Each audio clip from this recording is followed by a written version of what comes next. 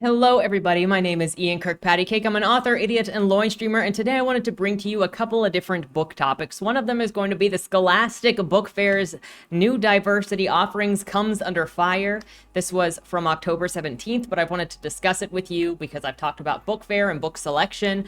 On top of that, I also have this article from NPR about its battle over books, who gets to decide what's age appropriate in libraries. Since I've discussed the ALA books here on the channel before and have talked about the monitoring of books in libraries, I wanted to bring this topic to you guys to get an update sort of on how another place is doing it and the conversations happening, because I actually have a disagreement with the censorship happening in this book. Whether or not you believe, that I might have some nuance to my whether I might have some nuance to my perspective. I do. But the third topic comes from The Guardian, and it's the big idea: should we abolish the literary genres?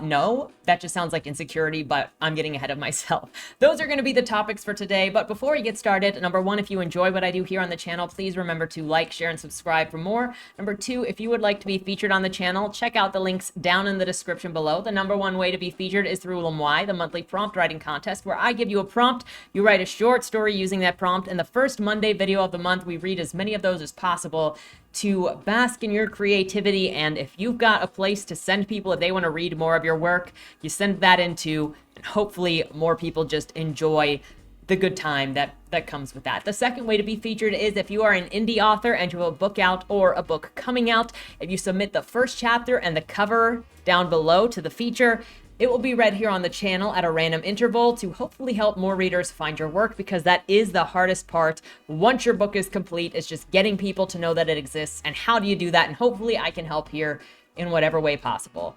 And the third thing is, if you would like to check out any of my books, judge me for my poor taste. They're available at any of your favorite places to get books, including your local library upon request. With that, but before we get into the topic of the video today, I got book mail.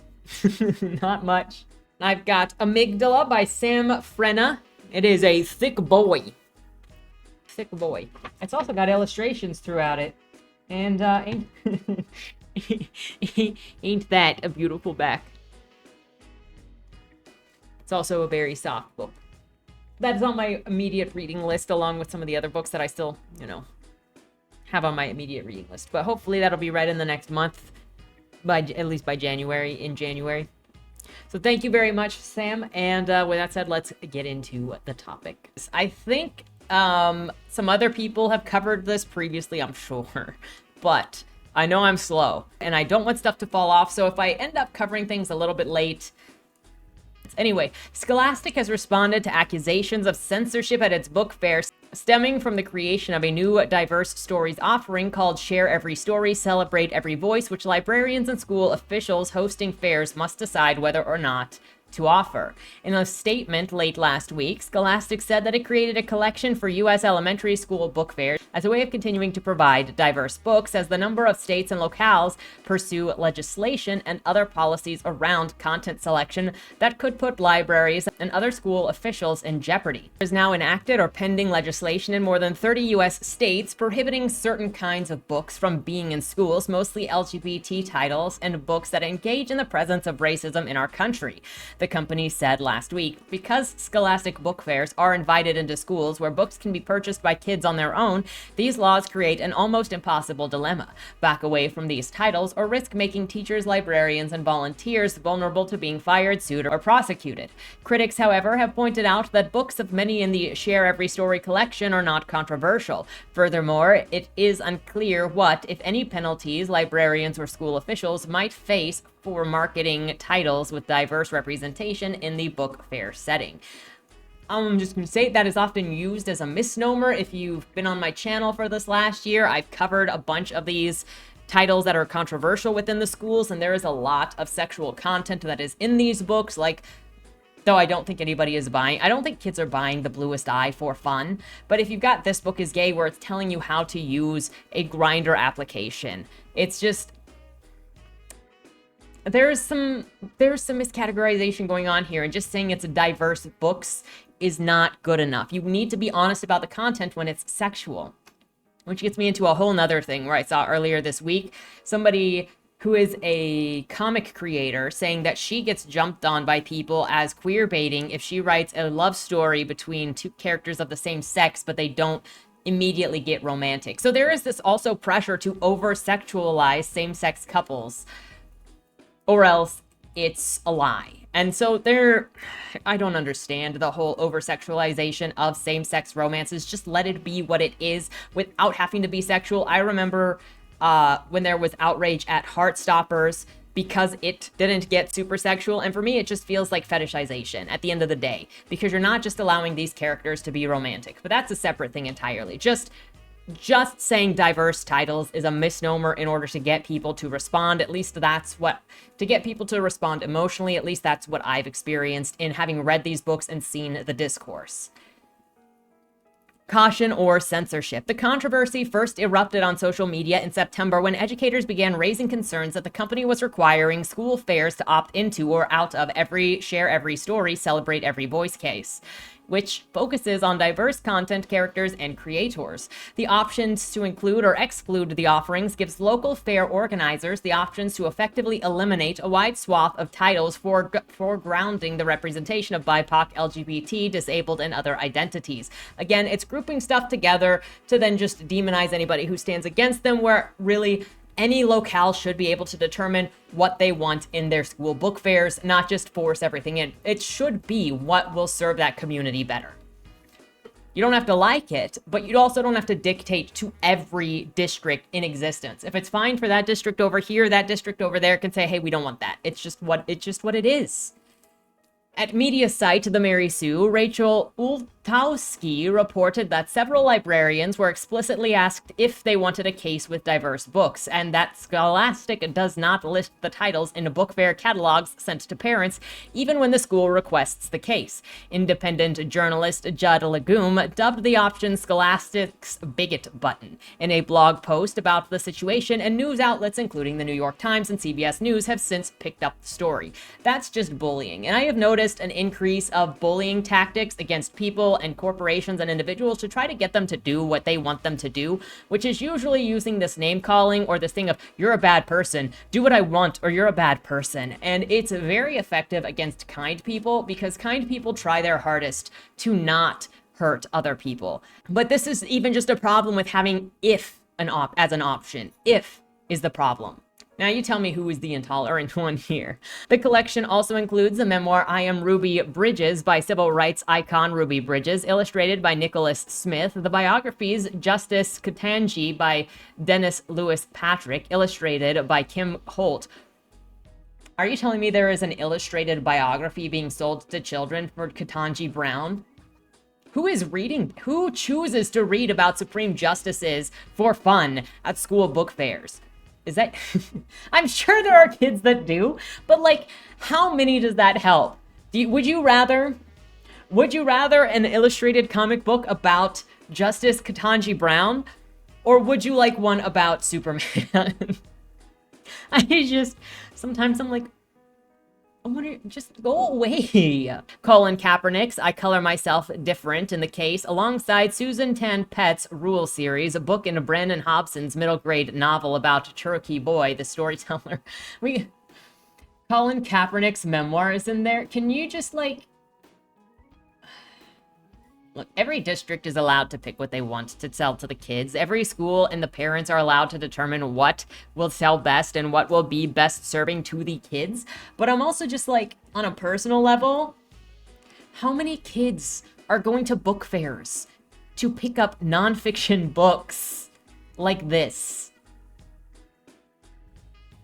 Maybe I'm just that detached from modern everything. If you're a parent or somebody that goes to these things or went to these things when you were a kid with Scholastic, how many times did you pick up a memoir like this? I just want to know. Scholastic officials say that it is a misconception that the company was putting all diverse titles into one optional case. That is not true. In any school and any location we serve, the company said, insisting that there is a wide range of diverse titles throughout every book fair for every age. And Sparkman, Scholastic's senior VP of the corporate communications, confirmed that this collection and approach began for this school year, telling Publishers Weekly in an email that the company created the Share Every Story collection with titles we support, even as they are the most likely to be restricted.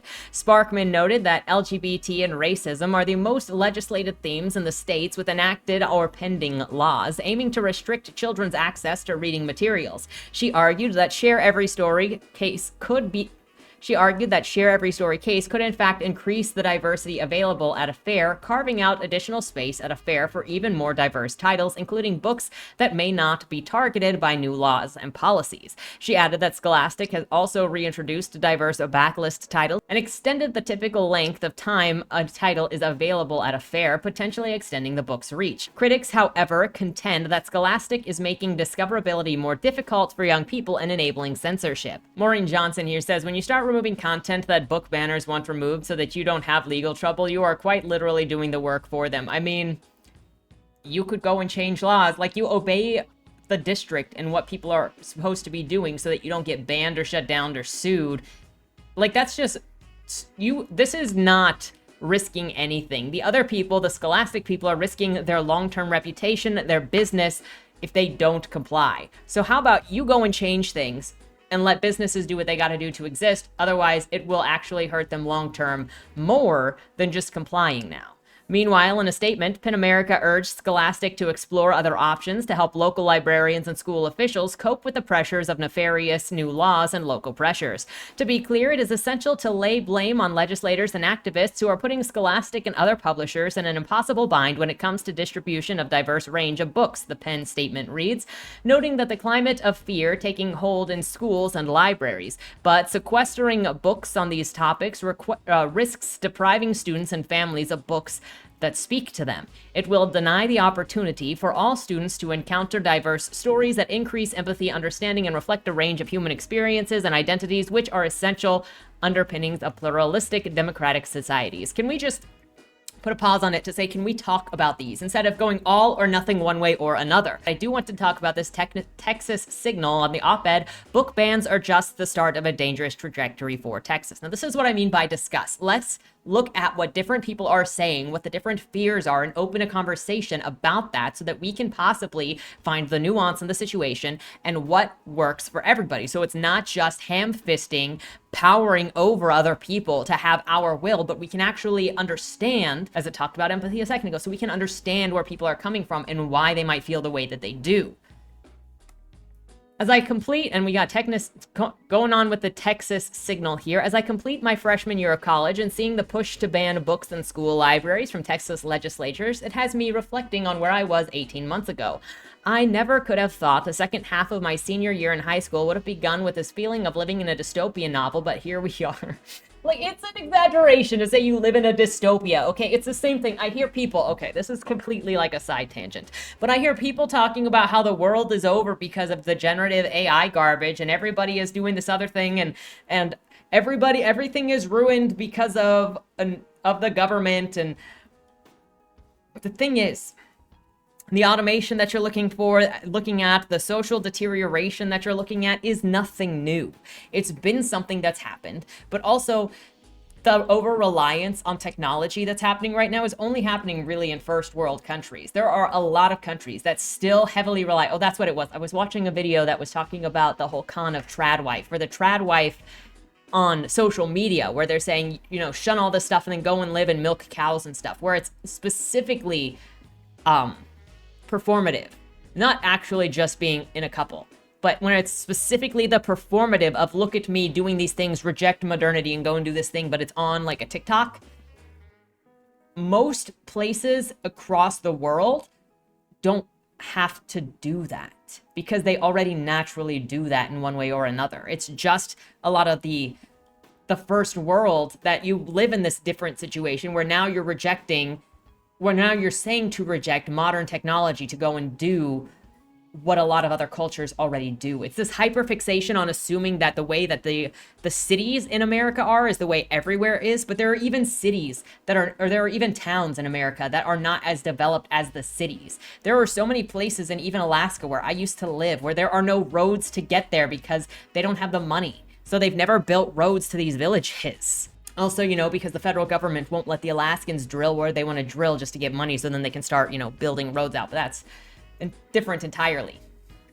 But things aren't that bad. And if you look at, there are so many other countries that are actually run completely by corruption, and America has a lot of corruption in its political system. Everyone does. But if you talk to people from other countries and the history of the corruption in those places where voting is already completely corrupted, you're not anything special. You're not on any worse trajectory than anybody else. It is just part of the human struggle. Maybe I'm naive, but saying don't have this book is gay in a school library for 14-year-olds is not a dystopian novel. Calm down. At our high school, we observed Banned Books Week every year, which was launched in 1892 in response to a sudden surge in the number of challenges to books in school, bookstores, and libraries. I have to ask, if your school is sponsoring Banned Books Week, are those books really banned? Because you're accessing them specifically in school. My freshman year in high school, we read Ray Bradbury's Fahrenheit 451, an iconic novel about book burning. I never expected to come face to face with these themes in real life, but on January 27th, 2022, this dystopian reality came into focus when boxes labeled Kraus List were wheeled out of our library. Perhaps administrators and politicians thought we wouldn't notice. Is that trying to be, like, cheeky? It doesn't help kids to over-exaggerate because people will think literally it's worse than it is. But also, you didn't give any perspective on how the world was like Fahrenheit 451. It is not. Fahrenheit 451 had to do with people choosing to burn their own books and stop reading, okay? Which, I've read books that were bad enough that, yeah, I didn't want to keep them. They went into the garbage. That's not censorship. That's just my refusing to abuse anybody else with that catastrophe. At the January of 2022 school board meeting, 4 high school students spoke to protest the removals. I'm proud that Darcy, Bella, and Jillian raised their voices with mine, but we were astounded by our superintendent's reaction. Alluding to us, he spoke about radicals who are gaslighting and inciting division. He attacked us, but we were standing up for each other, for our education, and against the long, dangerous history of banning books. We affirmed that all of us, regardless of race, class, gender, or sexual orientation, are welcome, and that no leader or politician can call our very lives and experiences inappropriate. You can do something inappropriately. Like, there is obscenity law. There is age inappropriateness, okay? It's the using of broad terms that makes it confusing and blurs the lines of what's actually being talked about. A book with a graphic rape of a 4-year-old does not need to be in the hands of teenagers in school. If you want to have that for your kid at your house, whatever, but it does not need to be wandered into at a school library where kids think that they're going to be safe looking at these shelves. And just because a human can experience it doesn't mean that it is not inappropriate to hand to somebody who is unexpecting. Gransbury ISD removed 130 books from the library shelves for review in violation of the district's own policies. These books came from a list of 850 inappropriate titles created by outgoing Texas House Representative and former Tarrant County DA candidate Matt Krause. Krause has never said where the list came from, but Book Riot conducted an analysis and likely reasons the books were flagged. 62% included LGBT characters, 8 explore race or racism, and 14 touch on puberty and sex education. Krause and our school district were not only targeting what information and ideas students have access to, but who we are allowed to be. They are trying to take away not just books, but ideas. That's not true. But also, I think that there are too many books that I have read from these lists or that are being removed from schools that are actually caustic in idea. Like, go and look at my review of Jack of Hearts. Does that need to be available at a school? I don't think so. Does that mean that nobody has enjoyed it? I think people have enjoyed it. I think people will enjoy it. Do I think it shouldn't exist? No, it has plenty of reason to exist. But to saying this needs to not be in school, does that equate to removing ideas or trying to remove identities? No. That's an over-exaggeration, an emotional response. We need to be able to discuss these things groundedly to understand, as opposed to saying you need to do my thing or else emotional extremeness. But that's what a lot of these conversations come down to. It also, like, it reminds me of the emotionally abusive partner that goes, if you break up with me, I'm going to kill myself. Like, they try to make it so you have the dichotomy of do what I say or else we all die. And that's what it's doing here too, is do what I say, have my books in here, or else we're all going to die. That's no. At that point, you need to be marked as irrational and taken out of the conversation until you can come and have a rational conversation. Granbury ISD banned 5 of the polled books from the undefined theme of overt sexuality. Don't pretend you don't know what overt sexuality is. Oh my gosh. Got freaking... Some of them some of them I genuinely think they do not understand what boundaries are. Like when I read Guns and Smoke, which I've talked about here on the channel. I've talked about it with Golneth over on her channel. We've got a full review of that book. And it's obviously stuck with me because it was fairly traumatizing for what it was. Not to exaggerate. But I don't think the authors of that book actually realized how inappropriate they were being in front of the 9-year-old in that book, where they were like, oh yeah, let's just totally go and have sex in front of the 9-year-old. He's sleeping. He won't wake up. He won't notice. I don't think they realized how inappropriate that was. Some of these people will write sex with minors, about minors, and it's titillating. It's not for the point of anything. If you go and look at Paper Princess, which is about a 17-year-old stripper who gets picked up by her dad's friend's family because she finds out that her dad died or her mom died and now she's an orphan, and so that guy's come to pick her up. And then it's basically a small harem of dudes that are supposed to be her stepbrothers now wanting to have sex with her, and then not stepdad, then the guardianship dad is like, hey, let's go have a family weekend and go on the yacht. And so they all go on the yacht, and then mom and dad are having sex on the top platform while the kids are all just right there. Like, I think people just don't understand what boundaries are anymore. I've seen too many people that also just see a friendship, see a rivalry, see a business relationship, and turn it into sex. And that's the only relationship that they see. So let's not pretend that you don't know what overt sexuality is, because again, that just feels like you're exaggerating, you're playing dumb to not actually recognize what is happening, or you were exposed to sexuality too young to the point that you don't know boundaries, which is bad. That's usually a sign of sex abuse as a child. And BT dubs, exposure to sexual material as a child is a form of sexual abuse. Hastily formed book review committee went on to officially ban an additional 3 titles, with 30 others from the for review list disappearing from library shelves in months that followed. At the time the books were pulled, there were 0 community complaints or requests to remove any of these books. We know this because of the open records requests filled with the districts.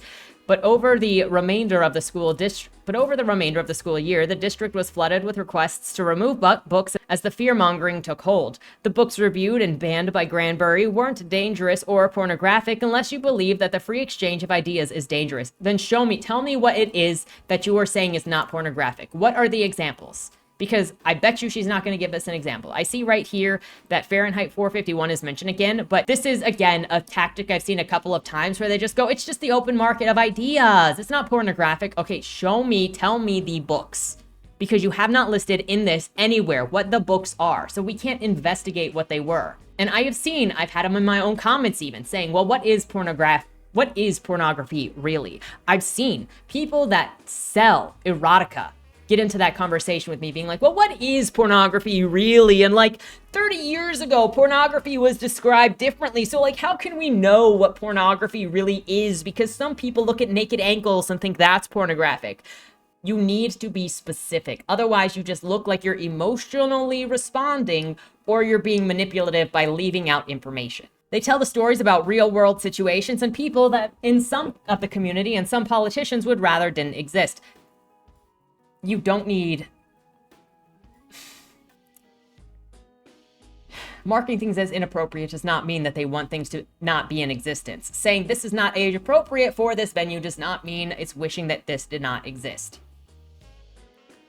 It's like Fahrenheit 451, where the fireman explains the need for book burnings. Quote, we must all be alike. Not everyone is born free and equal as the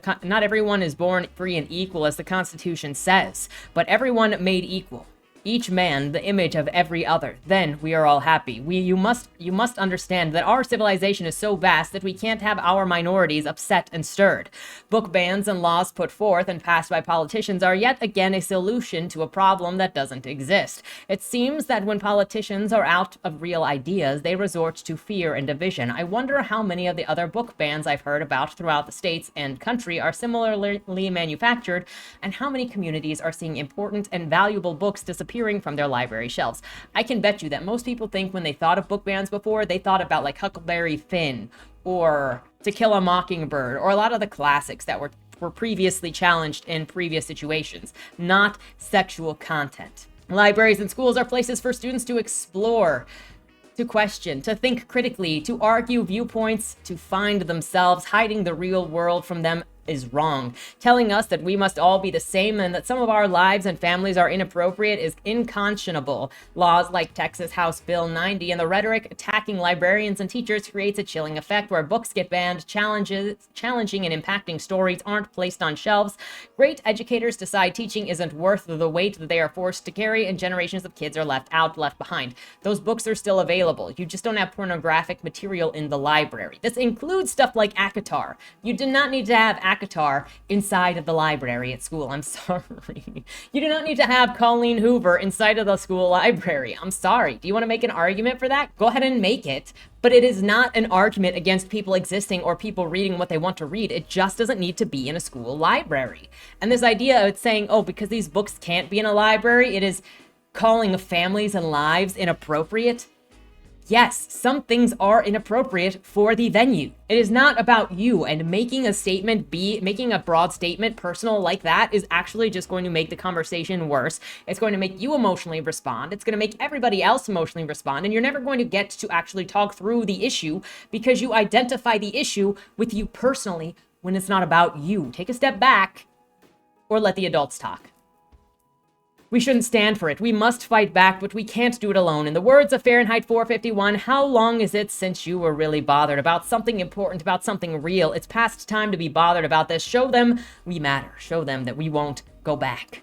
Now, on this, related to this tangentially, because I'm not just, unnuanced and one-sided, there's this story about the battle over books, who gets to decide what's age-appropriate at libraries. As we find out with this, it's not just school libraries NPR is talking about here, it is actually all libraries.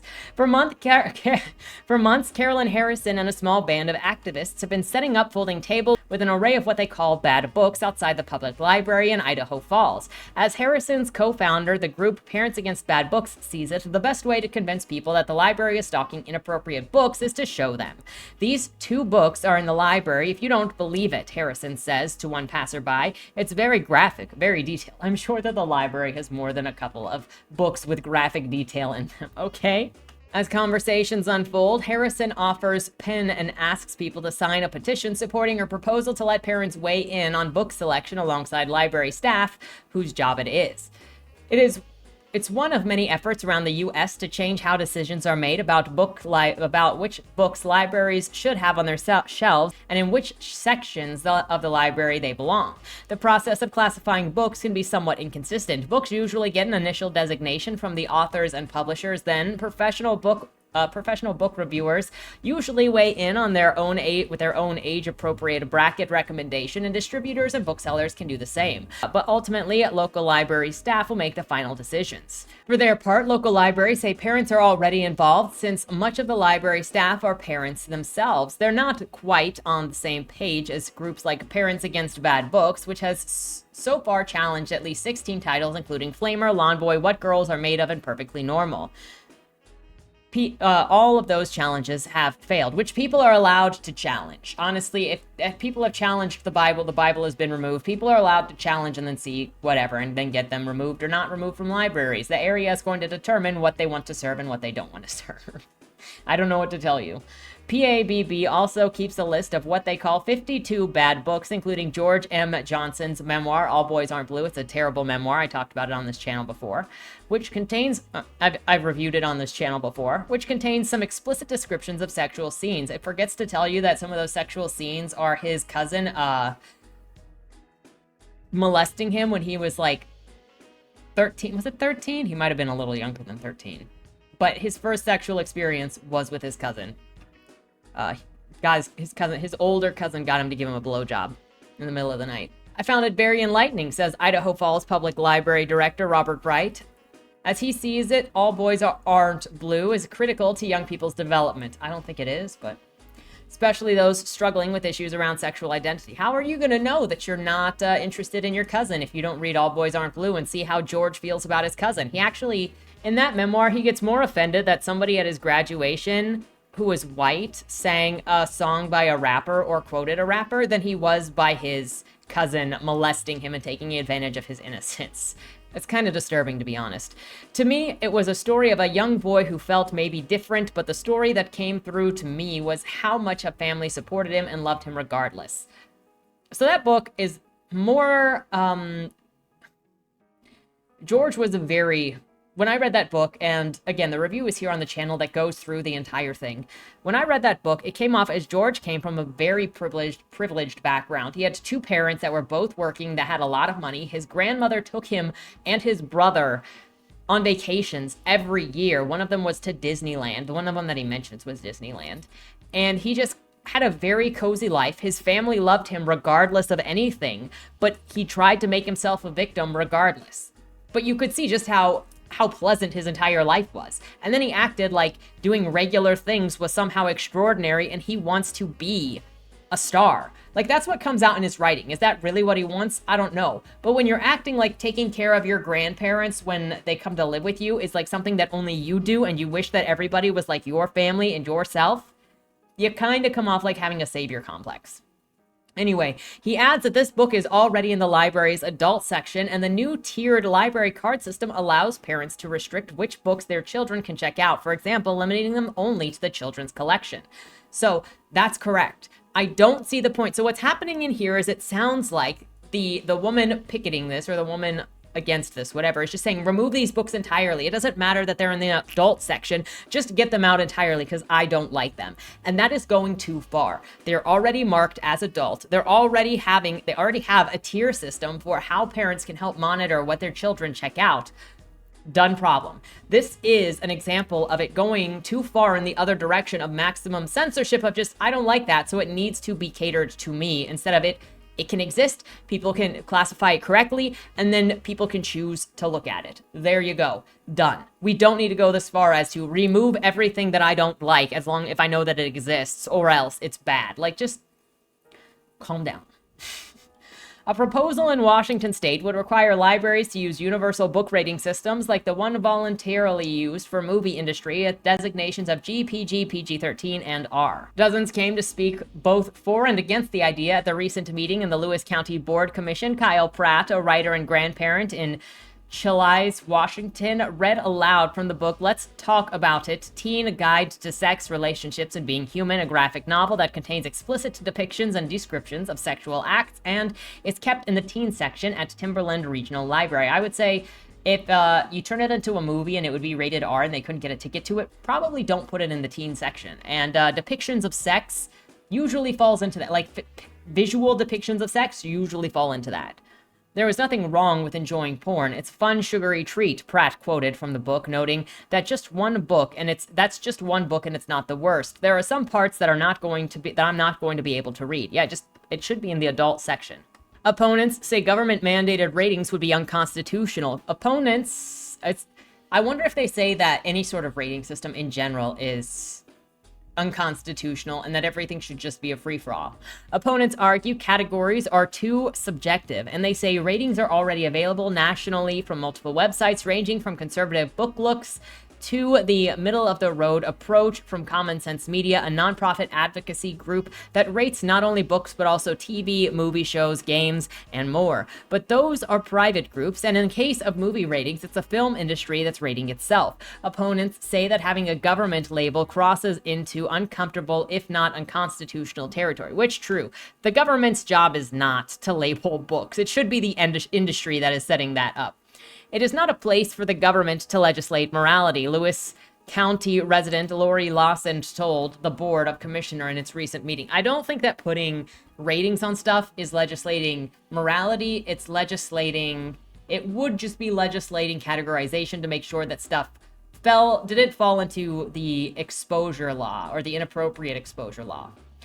As a mother of 9, she says she understands wanting to protect kids, but as a 25-year military veteran, she said that she also understands protecting the First Amendment. I didn't give up 25 years of my life for certain people to decide what other certain people get to do. Marking a book based on content is not determining what other people get to do. You still get to do it. You can also label it. There are several other ways that people are changing the decision-making process for what books should be in libraries. In Florida, for example, state legislation that critics call the Don't Say Gay bill says when a book is challenged, the decision can be appealed to a special magistrate appointed by the state education commissioner. That means a state political appointee now has the power to overrule a decision made by a local school district. Even before a book is formally challenged, that same Florida law provides a way for people to go get the book effectively banned from the school library. Under that law, if someone reads aloud the book at a school board meeting and it is stopped by the chair because they think it is too explicit, that book is automatically removed from the schools. I don't really see the problem with that. If something is obviously inappropriate and you're like, here, everybody can see this. Do you need to go behind closed doors and then make a decision? Yeah, no, it's fine, just because it's like you brought it to attention. What do you guys think? Do you think that that is a problem? In other words, if it's too racy for a public meeting, it is too racy for a school or library. I mean, is that a problem? People are already using the law to skirt the formal challenge process, including many of the Florida Indian River County. At a recent school board meeting, Pastor John Amanchukwu stood up to read the explicit passages describing a sex act from the book 13 Reasons Why. He had gotten only a few words in before he was cut off. "Sir, I'll stop you there," interjected the school board's then chair, Peggy Jones, banging her gavel. "I'll stop you from reading that. It's going to be removed." Dozens of books have been pulled from Florida school libraries that way, and there's yet another tactic that some people around the nation are using to get around long-standing library book selection policies. But can we talk about the librarians that are going around the back of like book selection policies by slipping in sexually explicit books when they're not supposed to, and then hiding it? Can we talk about various people misappropriating things and misusing things, or are we only going to do this one way? As Carolyn Harrison and Holly Stone from Parents Against Bad Books in the Idaho Falls have figured, they can simply check out whatever books they object to up to a dozen times. We keep forgetting to take them back. Somehow, we kept forgetting. Like, don't steal books because you don't like them, okay? It's a public library. Do this the right way by at least sharing the content. That's one of the reasons why I did the ALA books here, is to get to the bottom of what is in these books, because there are nefarious people on both sides of this equation. Some that lie about the content of the books to make it sound worse than it actually is. Some that over-exaggerate the content because they're emotional. And some that lie about the content inside or can't tell boundaries because there is ignorance and there is malice on both sides. So then I wanted to get to the bottom of it to the best of my abilities. And I still say my opinion is biased too. So if you're not sure about what I'm saying, if I'm expressing it correctly, if I am being truthful about it, I still say go read the book for yourself and see what it says. Because even to my best abilities, I am not the arbiter of the only what is right. And so, or I can misinterpret things too. Or I have obviously my own boundaries as well. So by saying go read it and then come back and we can talk, then we can see where those lines are and better understand maybe where a medium is, or maybe why somebody would respond to something that they are. But I always generally think that if you're interested in a subject and want to know the truth, it is best to go and investigate it yourself. And it's another reason, that's one of the reasons why I go through these articles and opine on them instead of just ignoring them and saying this is the subject, because I want you to see what I'm responding to without me miscategorizing it. And if I respond to something because I misread it, then we can see that and hopefully get to the bottom of whatever it is that's I'm thinking of, because my opinions change with convincing information. The immense pressure over books that has led to libraries around the nation to self-censor before any controversy starts. I mean, maybe don't have porn in your areas and it won't happen. Like, don't act like every time you remove inappropriate books it's a bad thing. Sometimes it's also just the books are old and they get removed and they get thrown into this whole thing too, and they're just like, bro, I'm just a book that wants to retire, man. You know how many fingers have been inside of me? In Florida, state law now prohibits K-8 classroom instruction on sexual orientation and gender identity, and in some cases bars it in high schools. I will say that the sentence instruction on sexual identity is bizarre. Why you instructed people on that? The official word to some schools is to err on the side of caution, as is typical in most things. So libraries have simply removed, at least temporarily, dozens of books dealing with the LGBT themes and characters. I don't see the problem with that. I do see the problem with overcorrecting or trying to force people to have stuff taken out of what is the public library that's already doing something. It's bring it to attention, say, hey, I would like this to be put in the adult section, and then leave it. But to be like, we're just stealing these books, you're going too far. Yeah, I told you, I got some nuance. I'm not just one-sided. Finally, we have the big idea. Should we abolish literary genre? This just honestly sounds to me like Alex... Is there a picture of Alex Clark? Please. It just sounds like somebody mad that her domestic thriller favorites are not considered literary genre. She also... she's holding back the tears. I don't mean to be mean. I'm sorry. Let me know what you think. Here we go. In her Wreath Lecture of 2017, recently published for the first time in a posthumous collection of nonfiction, a memoir of my former self, Hilary Mantel recalling the beginnings of her career as a novelist. It was the 1970s. In those days, historical fiction wasn't respectable or respected. It meant historical romance. If you read a brilliant novel like I, Claudius, you didn't taint it with a genre label. You just thought that it was literature. So I was shy about naming what I was doing. All the same, I began. I wanted to find a novel that I liked about the French Revolution, and I couldn't, so I started making one. She made A Place of Greater Safety, an exceptional ensemble portrayal of the revolutionary Danton, Robespierre, and Desmoulins. But although the novel was completed in 1979, it wasn't published until 1992, widely rejected, as she later explained, because although she thought the French Revolution was the most interesting thing in the world, the reading public didn't agree, or publishers had concluded that they didn't. She decided to write a contemporary novel, Every Day is Mother's Day, purely to get published. A Place of Greater Safety emerged only when she contributed to a Guardian piece about writers' unpublished first books. That's very normal, especially because literary fiction is so much harder to read. It's not anything but literally literary fiction is not popular. It's not that popular. Often it actually just gets insulted as being character-driven and not fun enough because there are no dragons. And sometimes it is really just MFA whining. Like, no joke. Genre is a confining madness. It says nothing about how writers write or readers read, and everything about how publishers, retailers, and commentators would like them to. That is an incorrect characterization of genre, which is why I wanted to discuss this article. This is not to criticize the many talented personnel in those areas who valiantly swim against the labels their industry has alighted on the shifted units as quickly and as smoothly as possible. So, genre is just a marketing label. Like, I understand that authors can get really hung up on what a genre is, but a genre is a collection of tropes that readers have gotten used to seeing that create the expectation of if they're looking for something, that's hopefully going to be it. I've especially learned it in working with Bodymore, because Bodymore is a fantasy of kinds, and it's also a supernatural mystery of kinds. But people that go into fantasy reading, like fantasy books, are often expecting big plots. Like, they're expecting a big baddie, they're expecting an adventure, they're expecting like huge world. And Bodymore is a character-driven story. It is entirely very personal. It is entirely about Joey and what she's doing and what she's experiencing and her choices and how her life affects her. So it falls more into a literary fiction side of things as opposed to a commercial fiction side of things. And people that go into a book with an expectation of a big plot and are given a little plot, and by little plot, I mean character-driven plot, are very disappointed. The same thing if you go into a romance novel and you end up getting a spy novel. If you weren't looking for a spy novel, you're probably going to be disappointed. It's the same thing if you go into an adult novel and it turns out to be a YA novel. It's just about, genres are just about finding that set of tropes that create an expectation for the readership. Because the genre readers, those people reading that genre, are just a collection of people that already like the thing that you have done.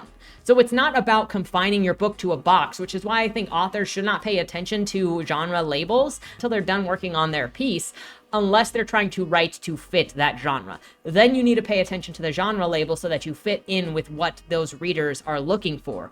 But genres are not there to confine you. They're there to help your book find the appropriate audience through a collection of people that are already enjoying the things that you have written. Does that make sense? Consider the worst offenders, not crime, horror, thriller, science fiction, espionage, or romance, but literary fiction. It can and does contain many elements of the others, but it ultimately is meaningless except as confused shorthand. For what is thought clever or ambitious or beyond the comprehension of readers more suited to mass market or commercial fiction, what would happen if we dispensed of this non-category category altogether? Very little, except we might meet a book on its own terms. Number one, stop putting so much weight into that. Two, it just sounds like you're mad at the title genre literary fiction versus the genre mass market commercial fiction, because I've seen that battle too. I've seen the commercial people go after the literary fiction, the literary people go after the commercial fiction.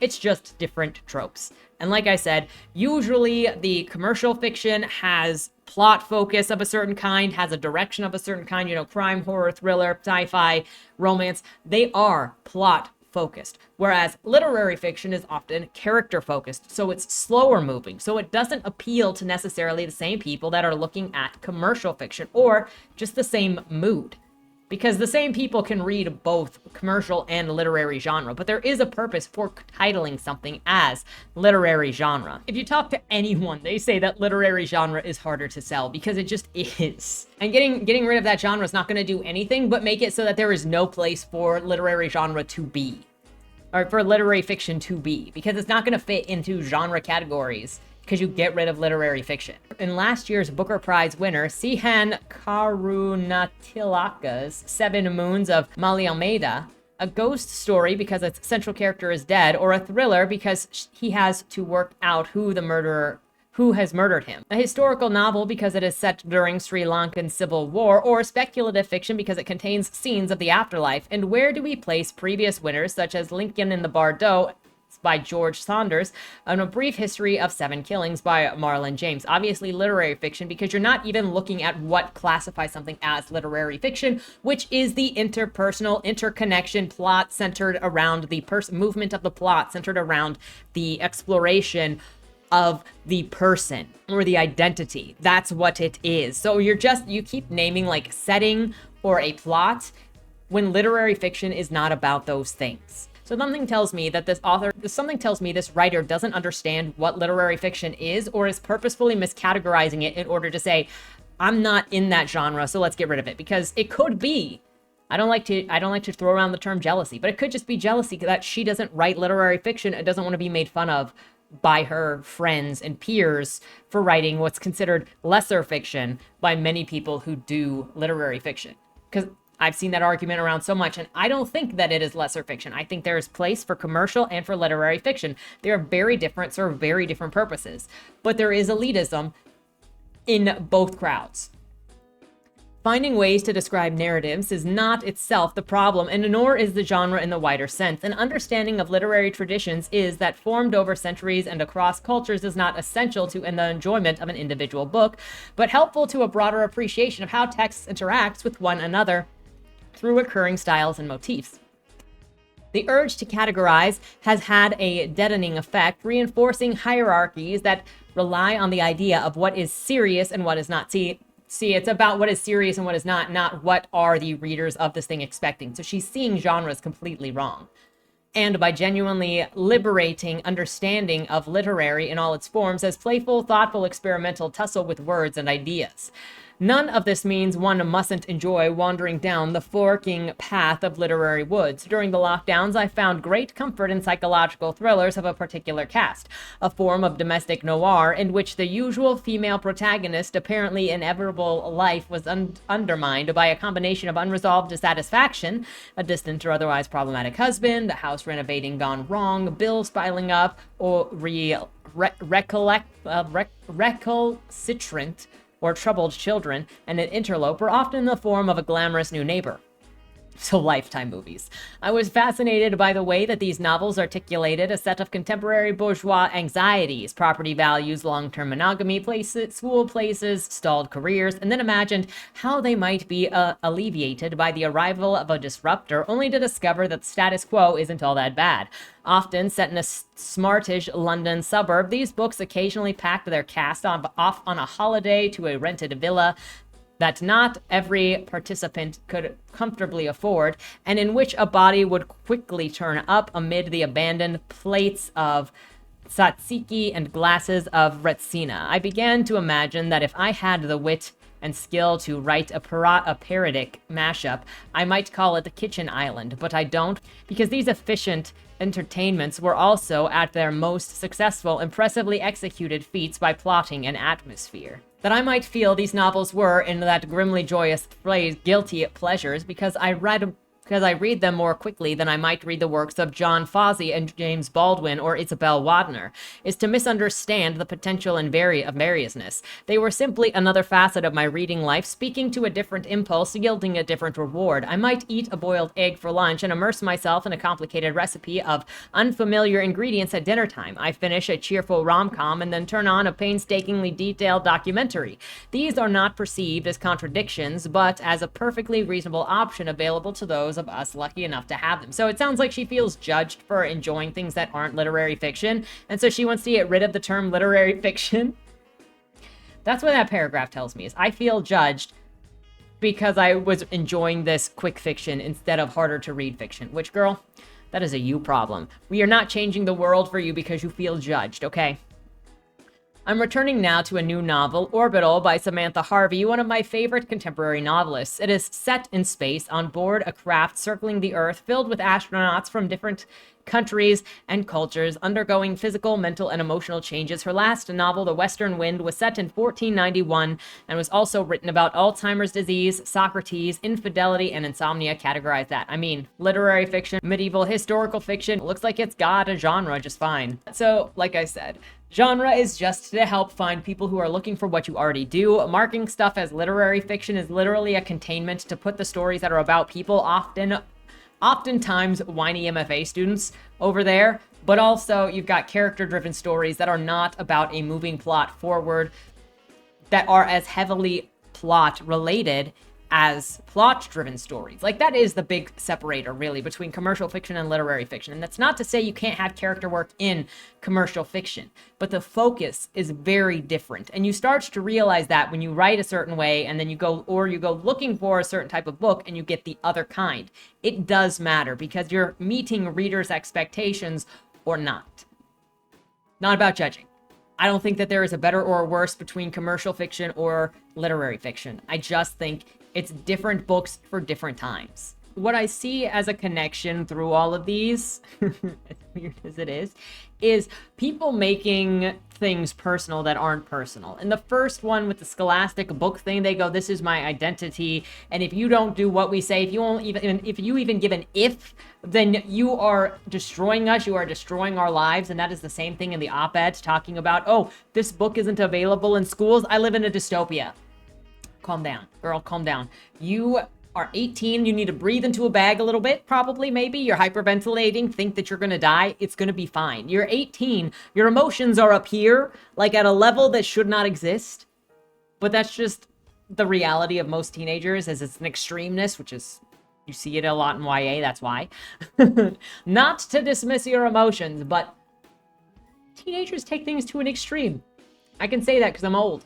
And then the library lady is the thing with the library where the lady is trying to take books out that even are in the adult section are coded to not be taken out by children. She's making that a personal thing where if it's not mine, if it's not for me, then it needs to be removed from the library. That's making it personal. And then final lady makes genre personal by saying, well, I get made fun of, so I think we should just get rid of the genre. Like, it's a lot of people making things that are not personal issues into personal issues. And so then it is over-emotional arguing that is nonsensical if you really think about it. With that said, let me know your thoughts on any and all of the subjects today. Thank you so much for watching. Have a great weekend, and don't die. Was that Wayland Cross in the trunk? Do you know, or is that something that's still being figured out? The person in the trunk was not Wayland Cross. Is he in trouble? We don't know who did it. But as the owner of the car, the longer he's missing, the worse it looks for him. Cross isn't a killer. For the last couple of years, the average number of murders in Baltimore has been over 300, and it's been going up. Mind you, that's only whatever the badges count as official murder, and believe me, there are people that don't count when they die. Wayland? If you're down here, tell me. I'm not talking to the badges, I've been looking for you. They found a body in your trunk. Wei. Why? Did you do that? To the left, plain black letters read along the wall. You walked in the corridor. Once that ends, you chose the dark is on the right. My vision goes blurry, flickers black and black and black for longer intervals until I can't see anything at all. I'm not screaming anymore, but my voice echoes back to me. Where the hell am I? You're dead, Josephine. Even smart people do stupid shit sometimes, right?